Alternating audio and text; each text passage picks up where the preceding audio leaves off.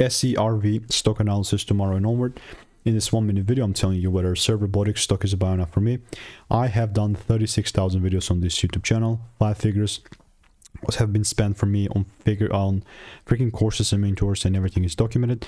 And with SERV Robotics, like I mentioned, these previous links that you see, just like this looks like something unusual, right? But it's so simple, it's crazy. My overall bias and trend is still quite bullish, and I'm only looking for confirmations to keep buying. But the only time where I'm actually going to act on this and buy is if I see a full candle close above $14.30. And guess what? If I don't, then guess what I'm not going to do? I'm not going to buy. Like, people overcomplicate this stuff, man. Like, it's really that. It ultimately, that's what it comes down to. So, yeah.